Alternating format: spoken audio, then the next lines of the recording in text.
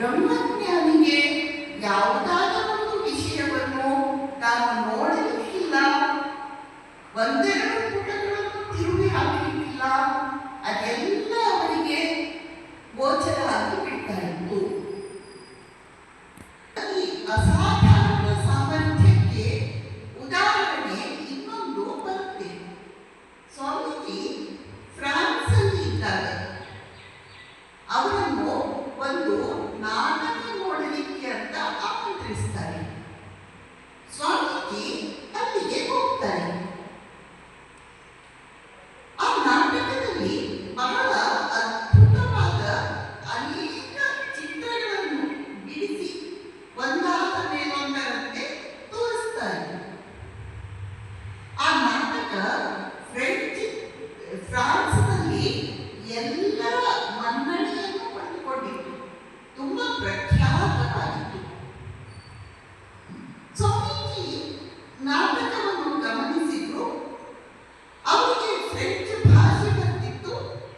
ಅದರಿಂದ ಅವರಿಗೆ ಏನು ವಿಷಯ ಅದು ಅಂತ ಚೆನ್ನಾಗಿ ಗೊತ್ತಾಯಿತು. ನಾಟಕ ಎಲ್ಲ ಮುಗಿದ ಮೇಲೆ ಸ್ವಾಮೀಜಿ ಆ ನಾಟಕದ ಮ್ಯಾನೇಜರ್ ಅನ್ನು ತಮ್ಮ ಬಳಿಗೆ ಕರೆಸ್ತಾರೆ.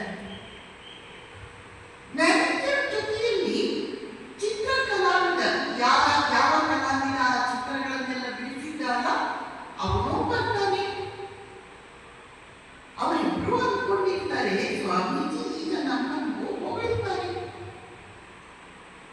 ಆದ್ರೆ ಸ್ವಾಮೀಜಿ ಏನ್ ಹೇಳ್ತಾರೆ ಅಂದ್ರೆ, ಆ ಎಲ್ಲ ಚಿತ್ರಗಳಲ್ಲಿ ಎಲ್ಲಕ್ಕಿಂತ ಪ್ರಸಿದ್ಧವಾದ ಚಿತ್ರ, ಎಲ್ಲಕ್ಕಿಂತ ಹೆಚ್ಚು ಜನಪ್ರಿಯತೆಯನ್ನು ಪಡೆದುಕೊಂಡಂತಹ ಚಿತ್ರ, ಅದರಲ್ಲಿ ಒಂದು ಸಣ್ಣ ಮಿಸ್ಟೇಕ್ ಇದೆ.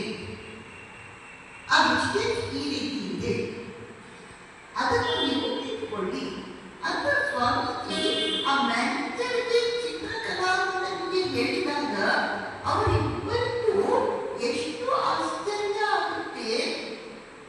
ಒಬ್ಬ ನುರಿತ ಚಿತ್ರಕಲಾವಿದ ಕೂಡ ಆ ತಪ್ಪನ್ನು ಗುರುತಿಸುವುದು ಕಷ್ಟ ಇತ್ತು.